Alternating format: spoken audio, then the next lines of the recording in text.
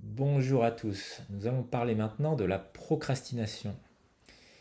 La procrastination, c'est quoi?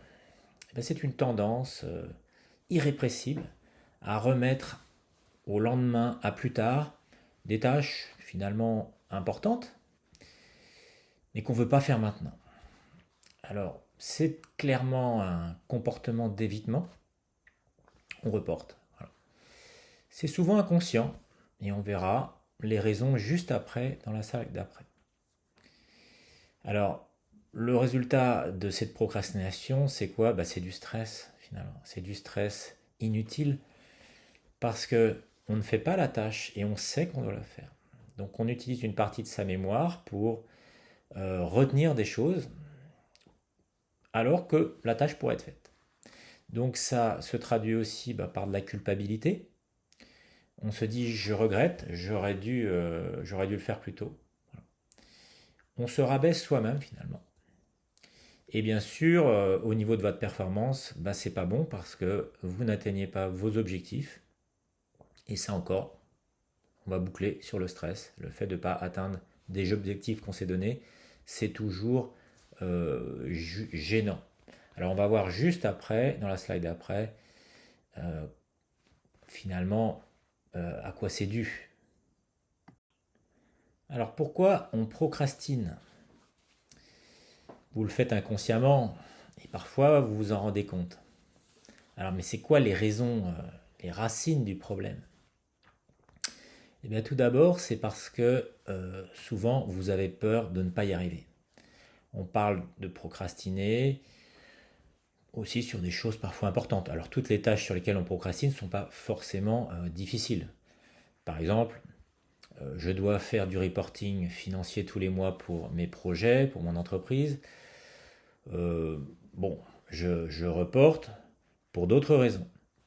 Mais par exemple, passer une certification PMP, c'est un enjeu. On s'investit, on sait que le bénéfice sera très important, mais on n'est pas certain d'y arriver. Pourquoi?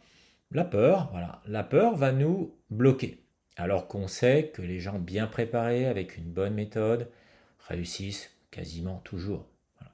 Simplement, on ne peut pas réussir et procrastiner. C'est pas possible. C'est l'un ou l'autre. Parfois, il y a trop de tâches à faire, c'est flou, on ne sait pas trop par quoi commencer. Donc on dit, bon là, je suis pas prêt, je vais peut-être finalement attendre demain, j'aurai plus d'informations. Et c'est vrai que des fois, il y a des choses qui finalement sont plus nécessaires le lendemain. Mais c'est risqué, parce que finalement, aujourd'hui, on va être en sous-optimisation, en sous-charge, et là encore, on va certainement se dire ce soir, on va culpabiliser, on va se dire, bon, j'ai pas fait grand-chose aujourd'hui, et finalement, demain, on va avoir le double à faire. Donc il faut chercher à préciser les choses et on verra comment s'en sortir dans la slide d'après. Autre raison aussi, le plaisir immédiat. Vous savez que quand vous faites une tâche qui vous plaît bien, il y a une petite dopamine dans le cerveau qui, un petit peu de drogue, voilà, qui vous donne de la joie. Et du coup, forcément, on recherche ça. Donc si j'ai une tâche qui prend beaucoup de temps, exemple, se préparer au PMP, ça prend beaucoup de temps. Là, j'ai peut-être un petit plaisir immédiat, réserver mes prochaines vacances. C'est plus sympa que de lire des bouquins de management, on est bien d'accord.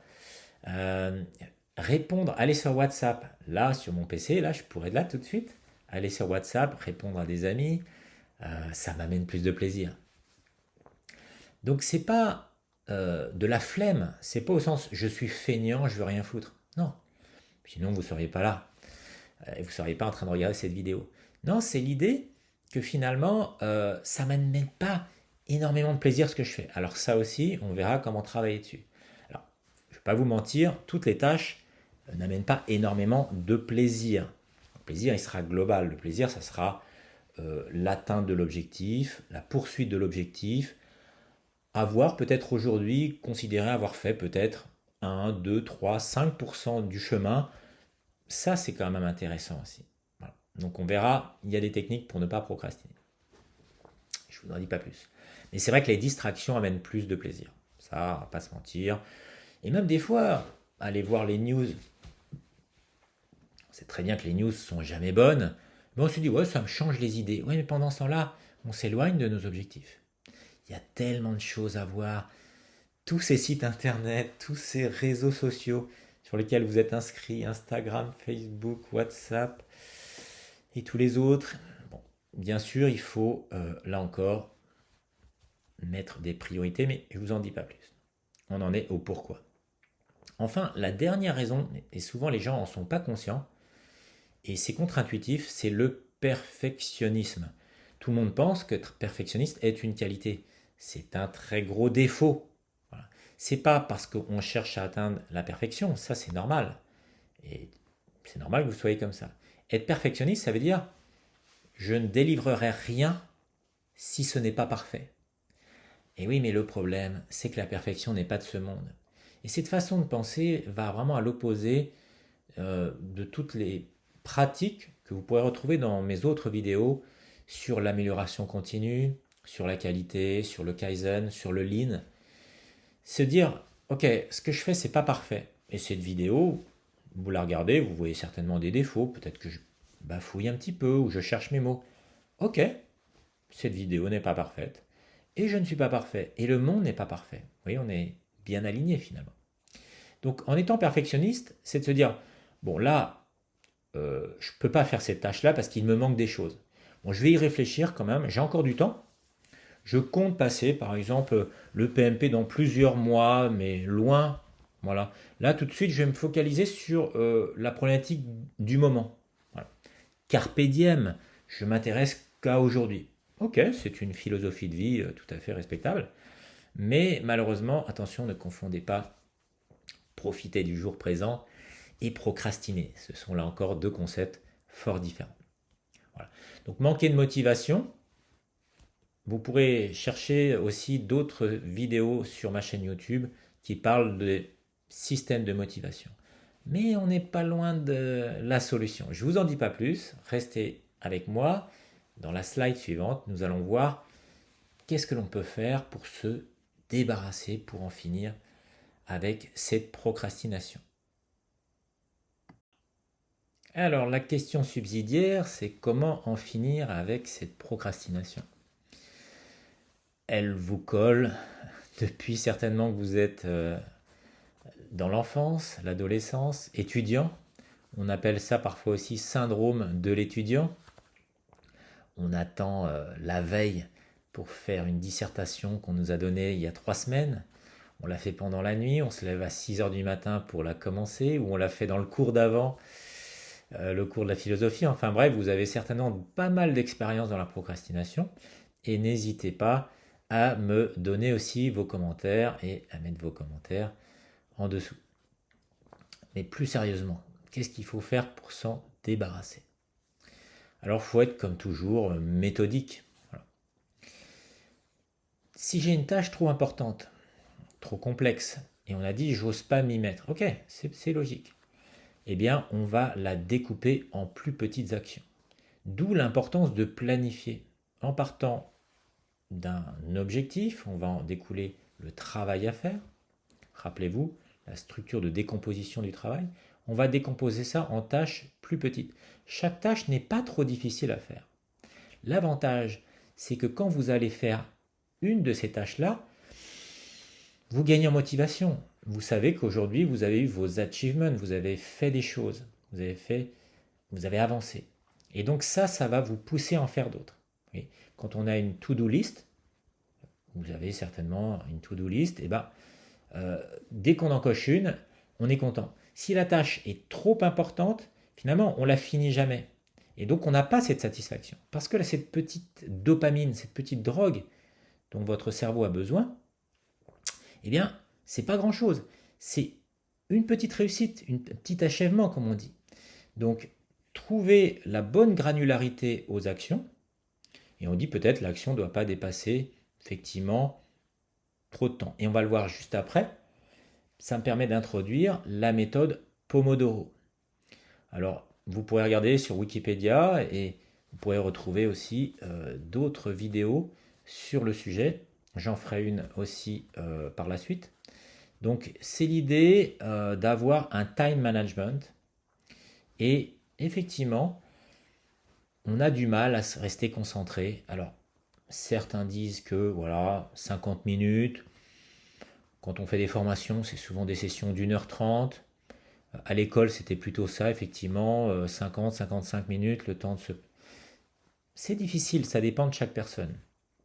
Aujourd'hui, on sait qu'on permute de tâches tous les 10 secondes. J'exagère un peu, mais en tout cas, trop souvent. Les statistiques ne font à chaque fois que diminuer. Donc on voit que tous les 10 minutes, il y a des gens, voilà, toutes les minutes, ils vont avoir besoin de regarder leur smartphone, de regarder s'ils ont des messages. Et bien sûr, il y en a tout le temps. Donc ça enlève toute possibilité de se concentrer. Donc Pomodoro va vous permettre de vous structurer, de travailler pas trop à chaque fois, 25 minutes de focus. Par exemple, on n'est pas obligé d'avoir 25 minutes, mais c'est vous qui trouvez le bon timing, mais vous êtes très efficace. Et vous devez sentir dans cette session de travail assez courte que vous avez atteint quelque chose. Après, vous pouvez faire une petite pause. C'est vous qui fixez. Donc se fixer des objectifs réalistes, datés, rappelez-vous les objectifs SMART, S-M-A-R-T, là aussi si vous les regardez, il y a des pages Wikipédia sur SMART, des objectifs mesurables, réalistes, atteignables, c'est important. Les distractions, bien sûr, il y en a tout le temps, forcément. Alors là, je suis dans mon bureau, je suis au calme, il n'y a aucune distraction possible. Mais attention, j'ai désactivé tous les pop-up. Donc, j'ai pas un mail qui apparaît, vous voyez le petit bandeau en haut de l'écran en disant tiens, mais ça c'est insupportable.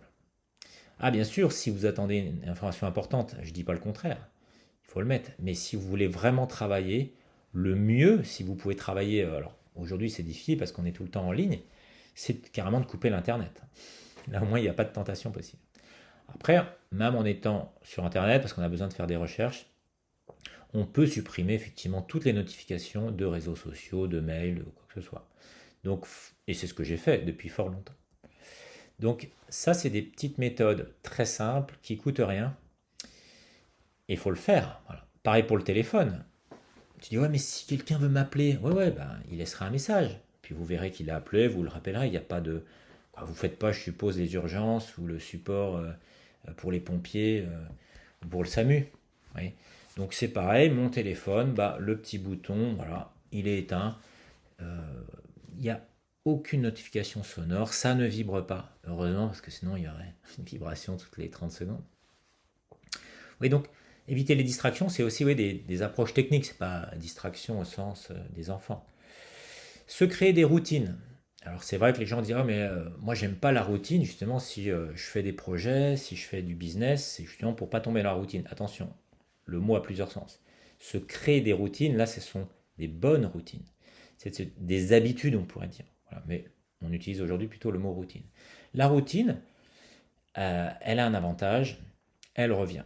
Voilà, elle est cyclique. Donc par exemple tous les jours, vous dites voilà, bon, vous vous levez, vous préparez, vous faites ce que vous avez à faire, vous mangez de ça. Bon. Et on en parlera aussi, la diététique de l'effort. Hein, les efforts intellectuels, c'est comme les efforts tout court. Voilà. Donc il faut aussi une très bonne diététique. Mais c'est un autre sujet. Dans vos routines, vous vous mettez les choses essentielles. Et là encore, au début, vous n'allez pas y arriver. Mais quand vous faites votre routine, par exemple 1 heure, dans un contexte par exemple de préparation d'une certification, 1 heure, le matin, je peux me lever à la fraîche. Ah, évidemment, si je me suis couché à 1h du matin, je vais avoir du mal à me lever à 6h30, 7h, hein, ça c'est sûr. Mais voilà, là encore, le bon sommeil, ah, c'est un ensemble, hein, c'est sûr que je peux pas, il n'y a pas de hasard à la fin. On a bien dormi, on se lève tôt. Ne dit-on pas que le monde appartient aux gens qui se lèvent tôt? Et on se crée ses routines. Je vous conseille d'avoir un maximum de routines le matin.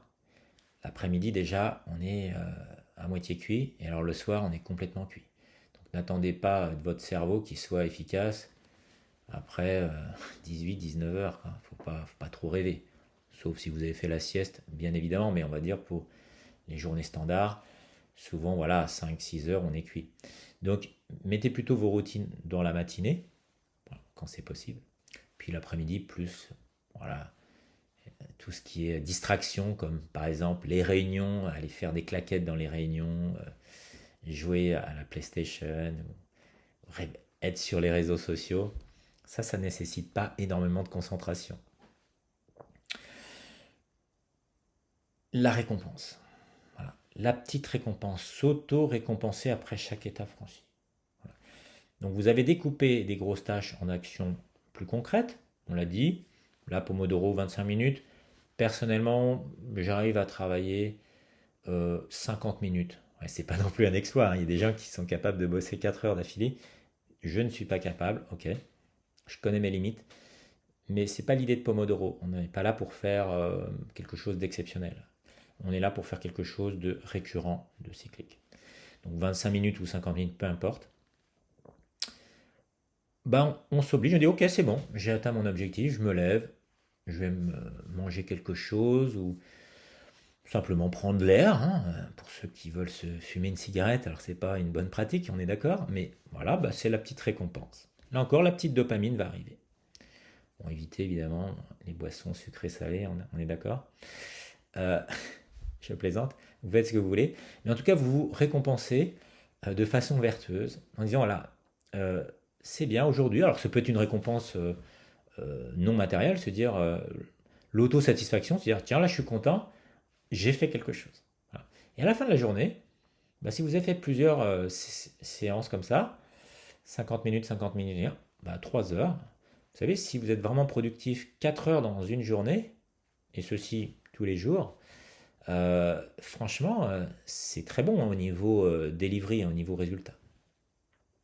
Voilà, donc là, vous cochez les cases, c'est fait, et bien sûr, vous vous valorisez par rapport à ce que vous avez fait. Et vous-même, vous êtes content, et peut-être vous en parlez, tiens, aujourd'hui, j'ai fait ça. Voilà, donc ça, c'est les bonnes techniques. Voilà. Après l'effort, le réconfort. Si vous avez aimé cette vidéo, abonnez-vous. C'est très facile, un petit clic dans le YouTube. Si vous avez vraiment aimé en particulier cette vidéo, rajoutez aussi un petit pouce. Ça me fait toujours plaisir. Ça me motive aussi pour continuer à faire du contenu. Mettez des commentaires en dessous sur vos expériences. Ça permet aussi de créer cette interactivité. N'hésitez pas à me poser des questions aussi. Et à partager tout simplement. Rejoignez-moi aussi sur LinkedIn. Régulièrement, je mets des posts sur ces thématiques. Donc, la gestion de projet, la certification, des trucs, des astuces. Et puis, le cadeau, si vous voulez recevoir mon nouveau guide de préparation à la certification PMP, bien sûr, gratuit. Cliquez sur ce petit formulaire, comme ça, on reste en contact. Et puis, tout simplement, vous prenez le QR code, vous scannez et pareil, on reste en contact. Voilà. Écoutez, ça m'a fait plaisir de faire cette vidéo. J'espère que ça vous a fait plaisir aussi de la regarder. Et je vous dis à très bientôt.